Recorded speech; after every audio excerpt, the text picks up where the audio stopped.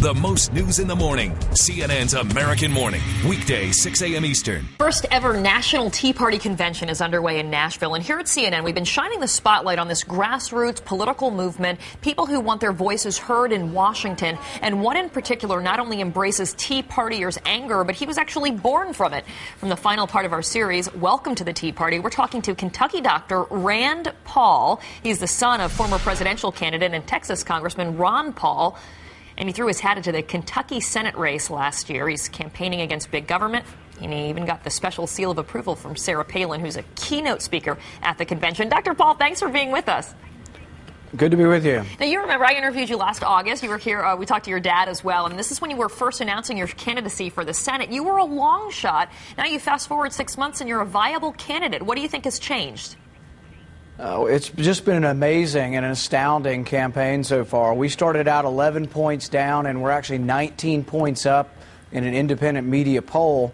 I give a lot of credit to the Tea Party. The largest events that I've been to in Kentucky have all been Tea Parties. In my little town in Bowling Green, 700 people showed up for a Tea Party. In Louisville, 4,000 people. I mean, the largest events in Kentucky have all been Tea Parties so far. And what is your platform or your message that resonates with people that you say are coming to these Tea Party events? The number one reason why I run for office is because I'm worried about the debt. And that's what you find to these Tea Parties. They don't want more taxes, but they're mostly concerned about the fiscal insolvency of our nation and that we could be ruining or bankrupting the nation, that we're passing on a great debt to our children and grandchildren. And I go one step further and say it may be more imminent than that we could destroy our currency.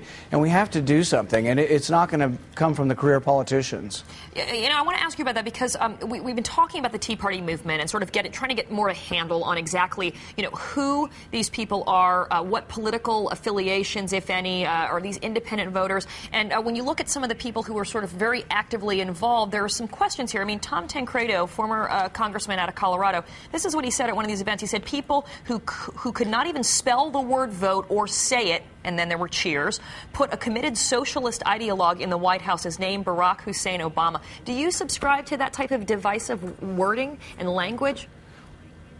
Well, I think what you see is that it's an amorphous movement. It's people from all walks of life.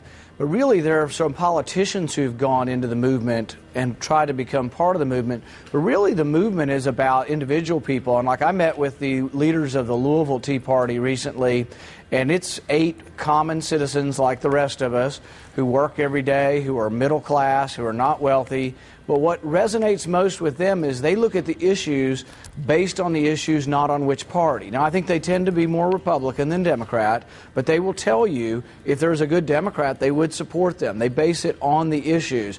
And I think they're not about the over-the-top rhetoric. I do think that President Obama has gone way to the left and is leading the country towards bigger and bigger government.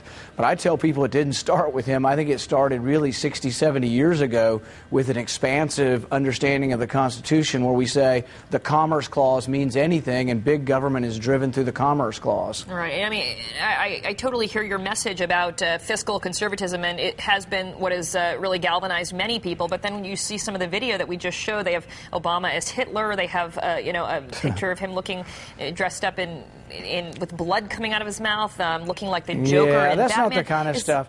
I don't see much of that, actually. What I see is, for example, one of the big things we talk about is reading the bills as a reform.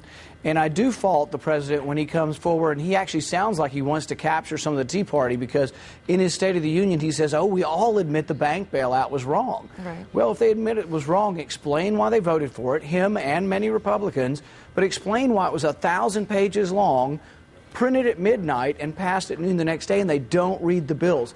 The Tea Party movement is about reading the bills. It's about constitutional government, but it's not all about name-calling. I see very little of the name-calling where I go. All right, and I want to ask you about the pure politics about some of this. You have Senate Minority Leader Mitch McConnell, who's actively endorsing your primary opponent. You've won the backing, though, of former Republican leader Dick Armey, who runs Freedom Works, flat tax advocate Steve Forbes. When you take a look at it, it's an anti-establishment campaign for you. Is it enough to win, though, without the backing of the mainstream GOP? I think so. I think it's an enormous movement here, and I've been told the National Senate Committee won't get in. They're not positive that their endorsement actually is a help at this point. And so we see it really as the grassroots. Most people in Kentucky don't want to be told by somebody in Washington who to vote for. And so I think we have a great chance and a huge momentum. I mean, our momentum really astounds me at this point. No, I mean, it does. It has a lot of political watchers saying this is, attributing a lot of it to the Tea Party movement, and they look at what happened in Massachusetts. I mean, you think you can win this thing? Yeah, I think we're on our way. I think really as we go forward, it gets bigger and bigger with each day. Sarah Palin's endorsement has been huge for us. We've also been endorsed by gun owners groups. We've been endorsed by conservative groups. I mean, we've gotten let me ask you about that, though, real quick. Do you see eye to eye with Sarah Palin on a lot of the social conservatism issues, or is your message more fiscally conservative? I talk mostly about fiscal issues, but I am socially conservative. But on the stump, I primarily talk about the deficit, out-of-control government, pork barrel spending, term limits, a balanced budget amendment. But I am socially conservative, and I think what people like about Sarah Palin is basically she's very likable, I think.